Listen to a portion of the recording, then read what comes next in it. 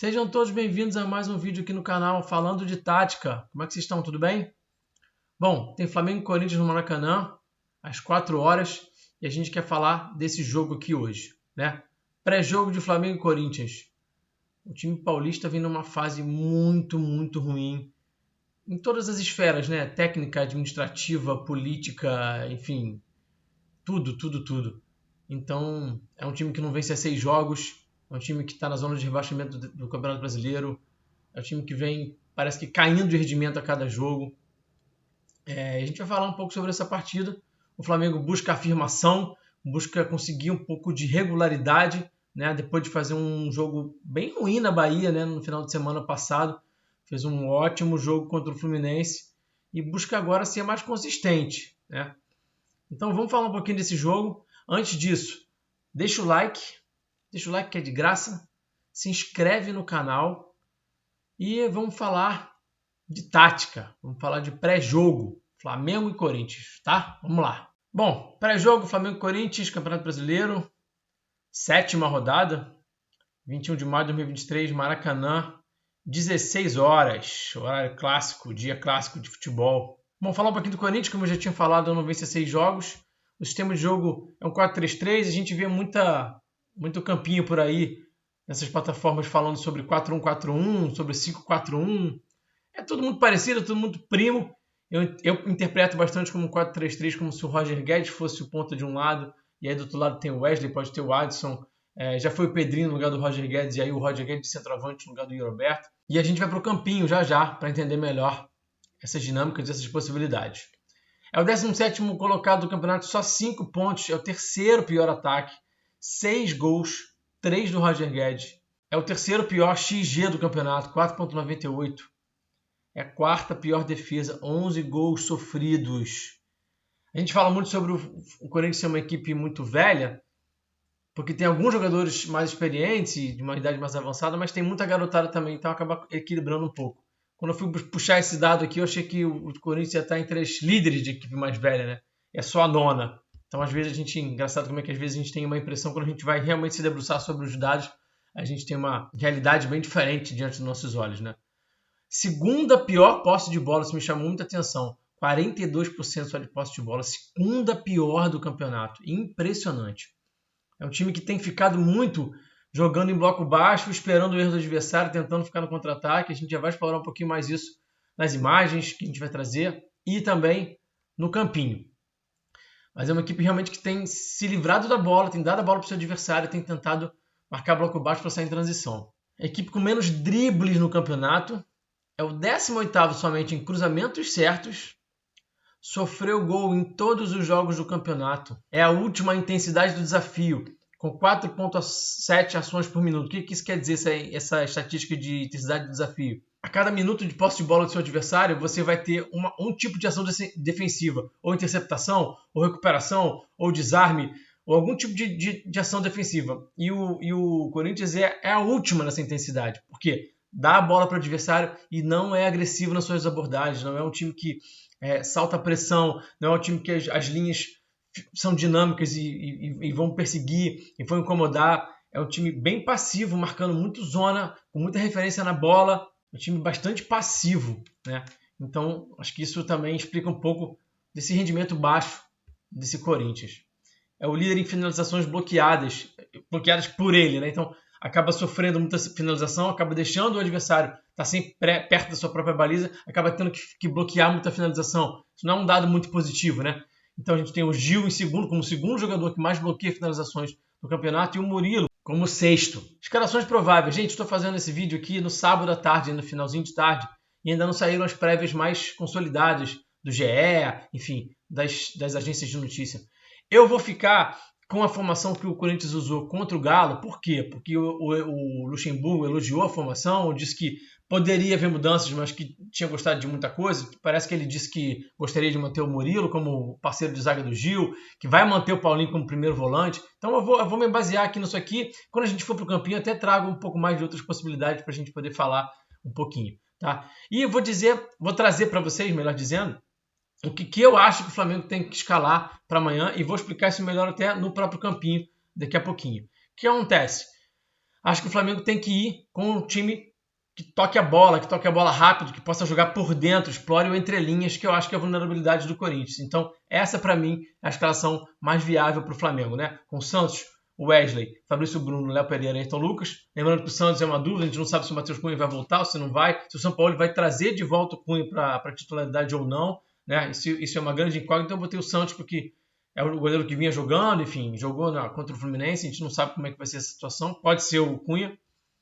E eu coloquei Pulgar, Gerson, Ribeiro, Arrascaeta, Gabi e Pedro, porque eu acho que o Pedro volta e acho que essa é a melhor escalação para o Flamengo ter possibilidade de trazer a bola de fora para dentro, usar o entrelinhas, tocar essa bola rápido, usar passe cavado e também ter gente para explorar o pivô como o Gerson e o Pedro, que acho que é importante usar esse apoio também para poder conseguir machucar o Corinthians, e também gente que vai romper nas costas da última linha, vai fazer facão, vai fazer diagonal, como o Gerson, como o próprio Gabi, como o próprio Ayrton Lucas, dependendo como for a situação, recebendo diagonal longa, e o próprio Wesley. Então acho que é um time, na minha visão, mais preparado para enfrentar esse Corinthians, o time ideal, melhor dizendo.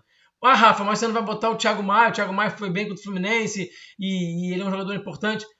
O Corinthians está jogando com tanta gente lá atrás, está jogando tão retrancado que acho que o Thiago Maia vai ficar meio sem função. Vai ficar meio que o Thiago Maia no segundo tempo contra o Fluminense sem função, porque não vai ter a quem marcar. Então acho que o Flamengo tem que marcar alto, pressionar pós-perda, bloco alto, incomodar, tá sempre com a bola. A tendência do jogo do Flamengo muito em cima do Corinthians, e aí acho que essa escalação é a ideal. Vamos para o campinho que a gente vai entender isso melhor já já.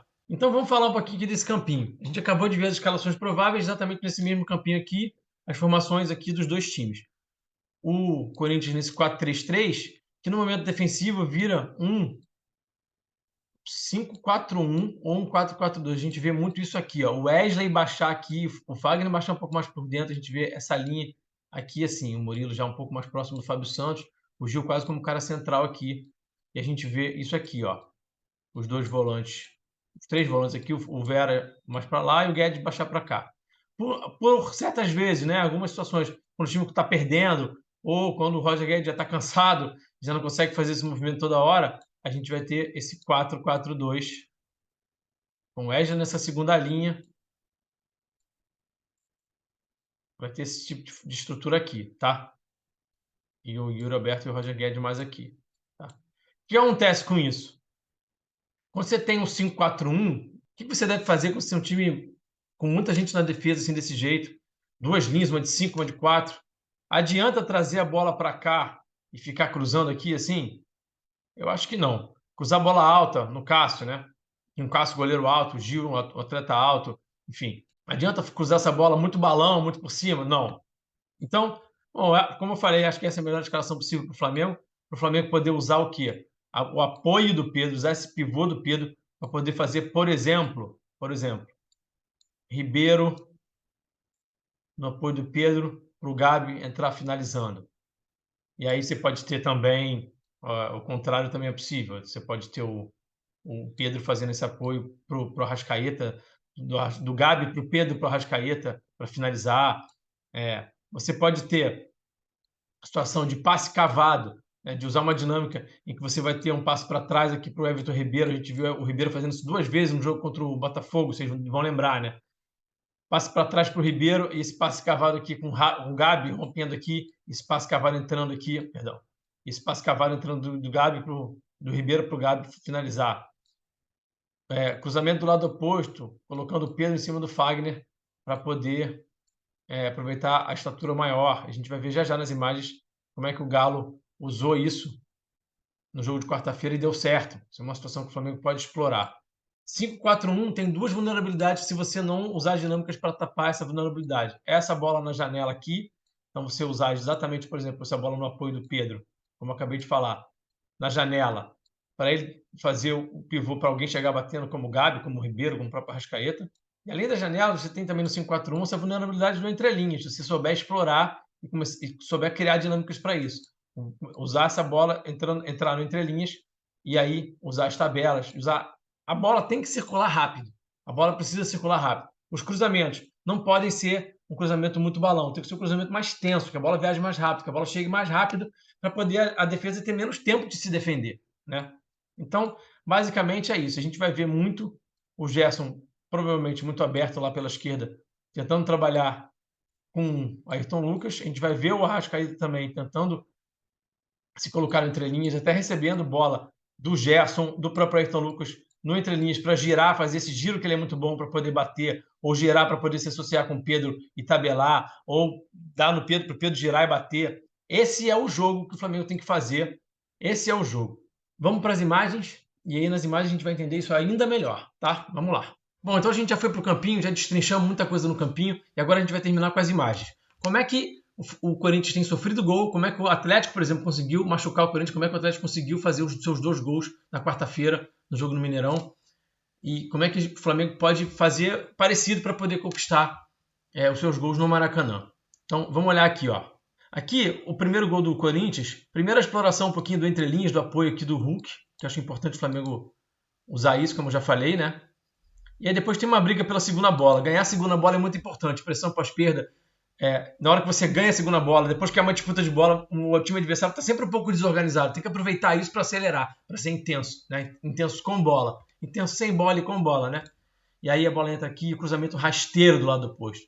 Você tem um time muito defensivo, muito atrás, muito com as linhas lá embaixo. Você tem a oportunidade de conseguir bagunçar um bocadinho as linhas dele.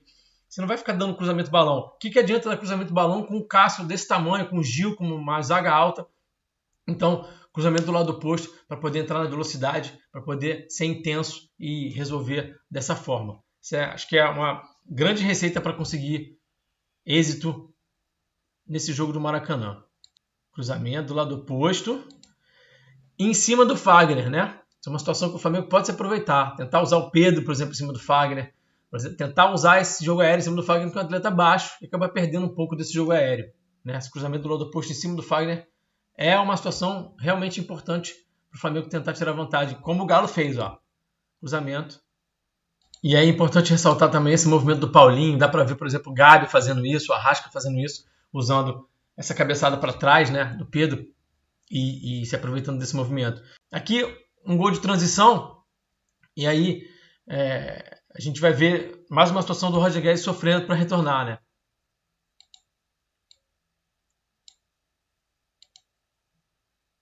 Exatamente nas costas do Roger Guedes.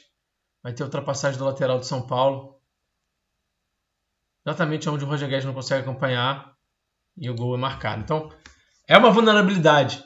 Eu já tinha pontuado, por exemplo, isso em relação ao Inter, que tem uma situação parecida de um extremo que vira um segundo atacante, que é quase um segundo centroavante.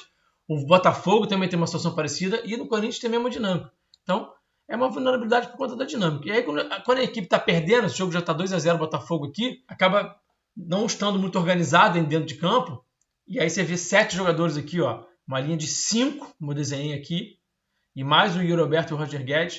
E aí mesmo com 5 jogadores marcando, pressionando, tentando pressionar, tentando marcar, a equipe está desorganizada, os espaços estão vazios, as linhas de passe estão abertas. E aí acontece isso aqui, ó. Basta jogar de primeira 2 vezes, achar nas costas e você tem uma situação de 4 contra 2. Então é uma equipe que está desorganizada, que não está passando por um momento técnico, tático, nem psicológico muito bom. Aliás, nada bom, né? Bem ruim, para dizer a verdade. Tá?